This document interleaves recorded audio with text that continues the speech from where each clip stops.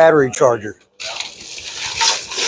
The idea was to do something. The request was a basket twist, and which is looks something you can all kinds of things. This is a large.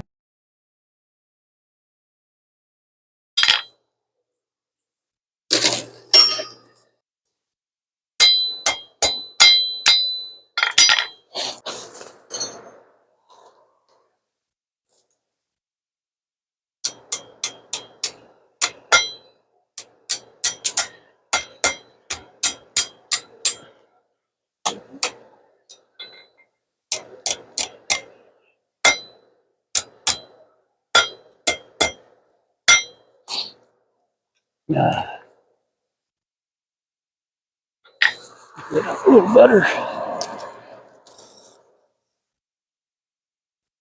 That one actually been right on the spot where it's supposed to. Now, if I had the center, what's that? Hell, I'm learning. The idea here now, see, look at it. That's interesting. So much for my concept of finding the center that way, huh? You found the center. Yeah. Let's see.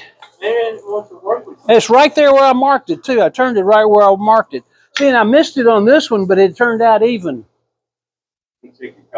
And I've taken this just a little bit too far to try to do anything with it, but this doesn't matter. Well, you could cut it off, but I've always in the past, I put these things together, and on the end it's going to be hammered into like a shepherd's crook for the hanger. I let them all whatever length they came out. It didn't really matter. It was because they're all going to be forge welded into a single piece anyway. So if it's for perfection you're looking for, this is the wrong place.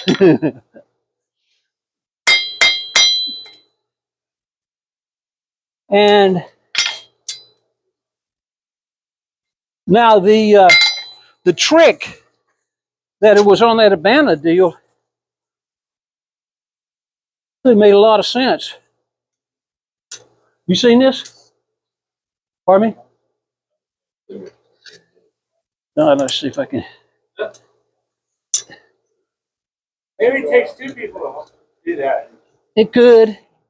I've never done it before. It's stupid to try to do this in front of people the first time that you've ever done it, but I'm kind of dumb like that.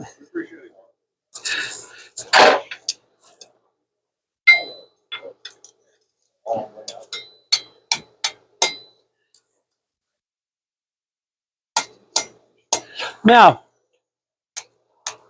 let's see how that's going to... One of the things they were saying, and I hadn't thought about this before, but it makes sense. We've got this thing on a kind of on a diamond. You can see you've got the two loose pieces and you've got the rounded piece. And it's sort of, so when we forge weld this, we got to forge weld it into a single piece. You've got the same thing going on both sides, but on this side is the going to be the handle end, because it's got that extra material. I'm going to use that for the handle end. This part is going to be the scarf end where we weld it to the bar. So what I'm doing is lining up the material, making sure that all the material is together right here in the end. So that's the forge weld's only going to be about an inch back. And one of the things when you're forge welding, the idea here is I just want to show you all something. I'm going to clean it up as much as I can. At least I'm going to right there. I'm going to show you some, before I actually do the forge weld, I'll show you some of the things to look for. Now, in the past, I've always taken the steel and just got it red and put the flux on it.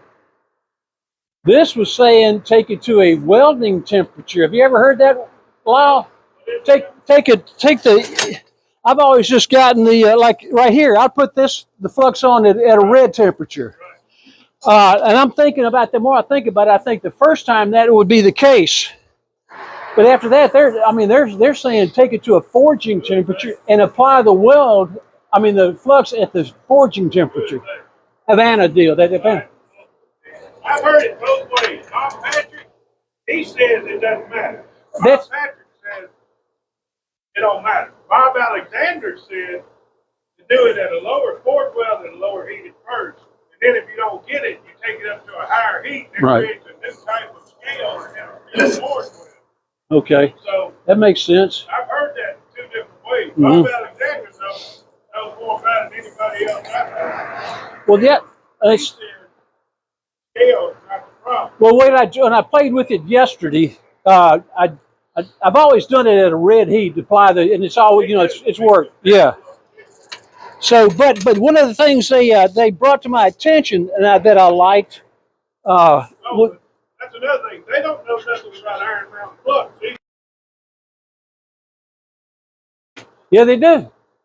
There, as a matter of fact, they talked about 3 different types of flux. The flux in this thing, what it does is it helps keep the scale off of the iron, and it's an indicator when it starts to act like glass or water. It starts melting. What's that? Flux is also just like flux on a weld rod. It displaces the oxygen. Well, I hadn't gotten there yet. Oh, okay. That was just the beginning of my. Okay.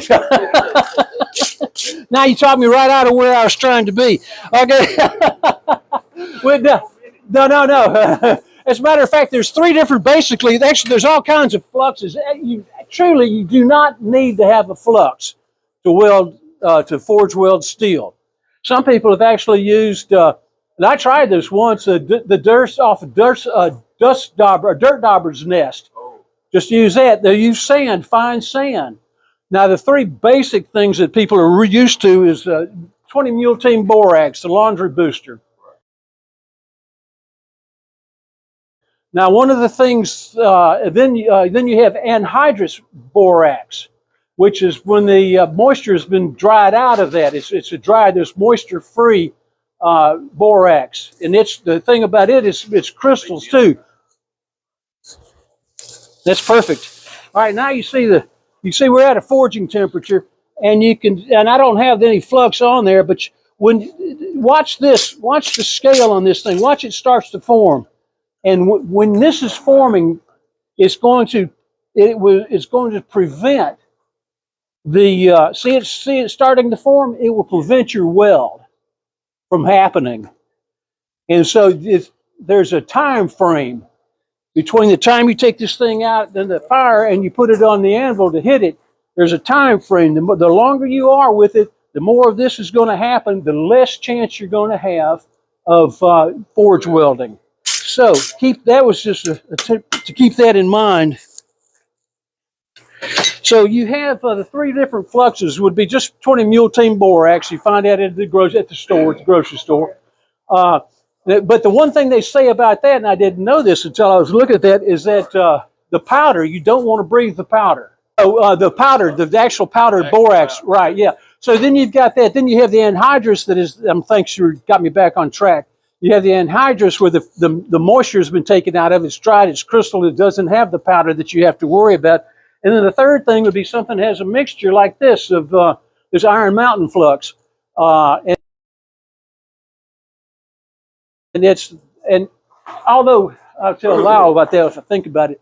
This has iron filings in it and everything else. In my own history with this, invariably, I did almost, except for one weld on those gates, I did every one of those welds. That was a long time ago. But anytime I tried to do it in front of people, I screw it up. It doesn't work.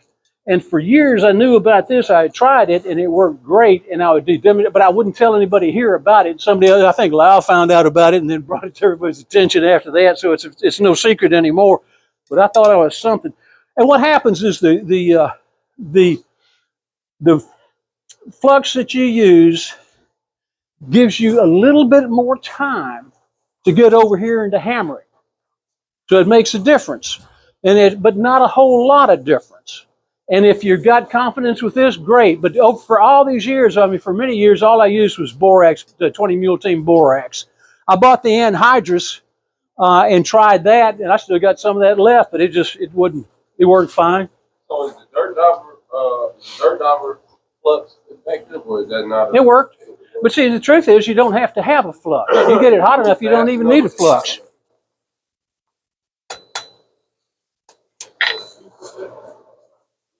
I didn't know that.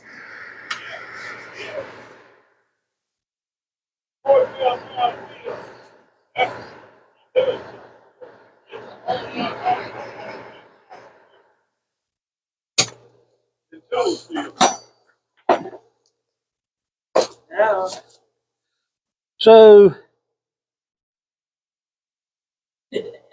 Sure glad to hear you say that. yeah. You rock fail with ball Yeah. more than anything else. Yeah. Well, I'll tell you what I did yesterday was really, I had to, luckily the sun was just right, but I was practicing the way this new scarping technique that I learned. I'm going to do that today. But it was, I couldn't put the weld, I brushed it clean, you know, and I couldn't put the weld. It just nothing. I tried it 3 different times, cleaning it, nothing. And I learned, and I just happened to turn around and look down. The sun was hitting the brush. It was a brass brush I'd been cleaning it with. It ain't ever going to, that's not going to happen. Now you can see where I was out of the hot spot. The hot spot was there. I needed it at the end, so.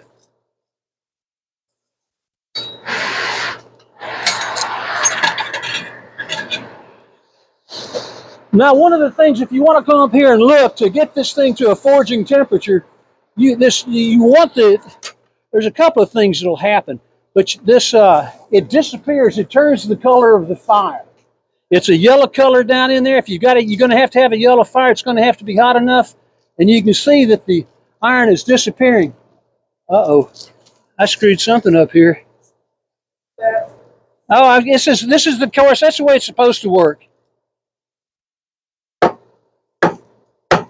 I got them offset. I got them offset. Now, let me brush this again. This is going to work eventually, but I don't know how I got them off kilter like that. I'll have to pay attention to it instead of just talking. So, I believe there's probably enough flux on it, but I'm in front of people. A little bit more magic glue. Now, you don't need much at all, really. This is more than what you need. A little bit more than that. Just a little bit, probably. The first time that you do this, you do not have to hit it hard. You're just trying to set it. And you want to do it from the side that has the 2 loose ends. That's where you want to do it from.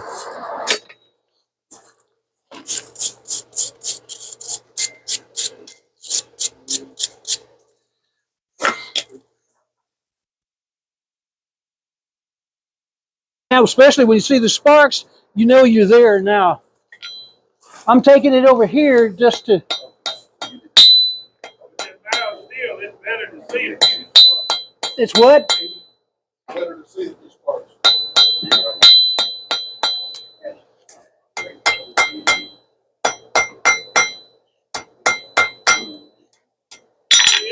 It seems to me now that'd be kind of like a cable. It'd be a lot easier if you had a little V block so it drives itself. Oh, you see, I've got it. I meant to. Oh, you were on the step. Okay, okay. I was in here. Yeah.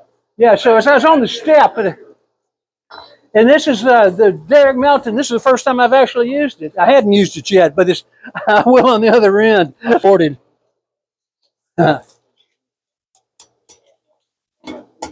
So all I'm doing here is lining these things back up to where. Now remember, I've got that end that's screwed up, but that's okay.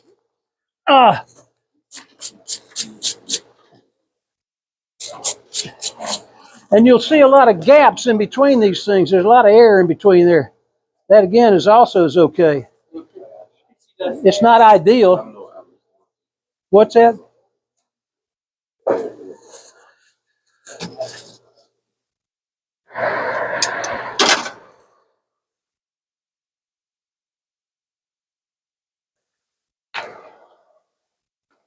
These are hot. I'm seeing the sparks. We're cool here.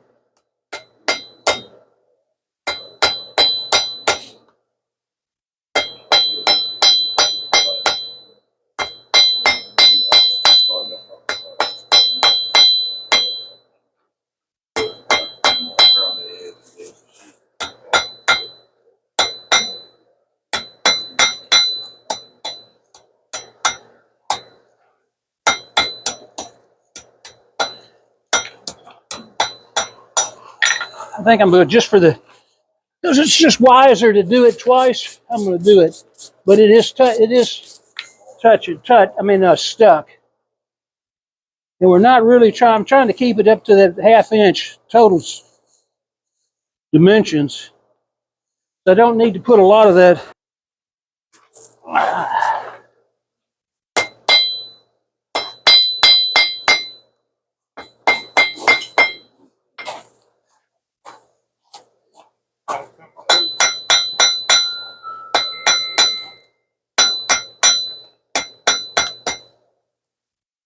Okay.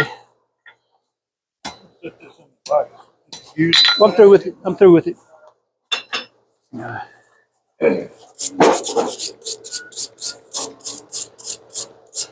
Now, I got a better chance of getting that up there. That's clear maple syrup, right? Yeah, it is. That's pretty cool trick. So I'm going to leave it at that for right now. Thank you, Derek. Ready? Yes. Now, one of the things about forge welding is your angle. When you're, I'm just going to use this as an example. You want to have a perpendicular hit onto the welding area. So you want to come down on the area that you want to weld. Now, if you come down on it sideways like that, it's a shear. It's going to shear. Now, when you're trying to do this weld,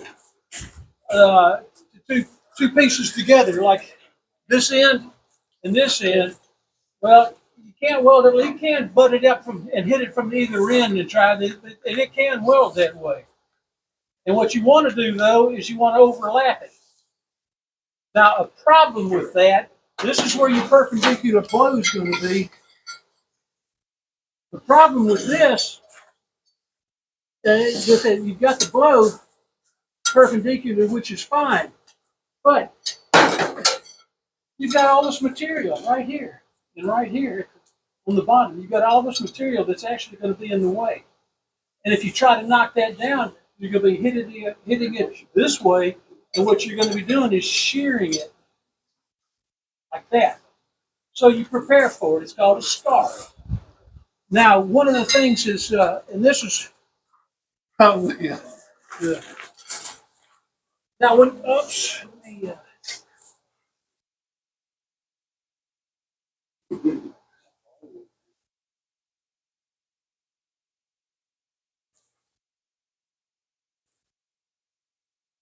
now this is 1/2 inch. The bar is 3/8 of an inch. This is close to 1/2 inch. Think about it, when you take the two pieces of material like that and you start hammering down on them, you're going to be changing the dimensions of the bars at the forge weld. It's going to be smaller. So you need to prepare for that. Unless you want to, unless you don't mind looking at your bar going like that. So one way to do that, or the only way I know of to do that, is to upset it. Upsetting, you're taking. Actually, I can put this thing with you. When you're upsetting it, you're just trying to make the bar larger. You're pushing the material into itself to expand the width of the bar to give you more material to forge weld with, to try to keep the two bars the same dimensions that they started, so you don't have the Also, the I've heard explained, it really makes a lot of sense. Take two pieces of clay, sit one on top of the other, and you knock them together. And let's say it takes 8 minutes to get this two pieces to the same size. And it steel will probably tear apart from each other, being clay. But if you upset them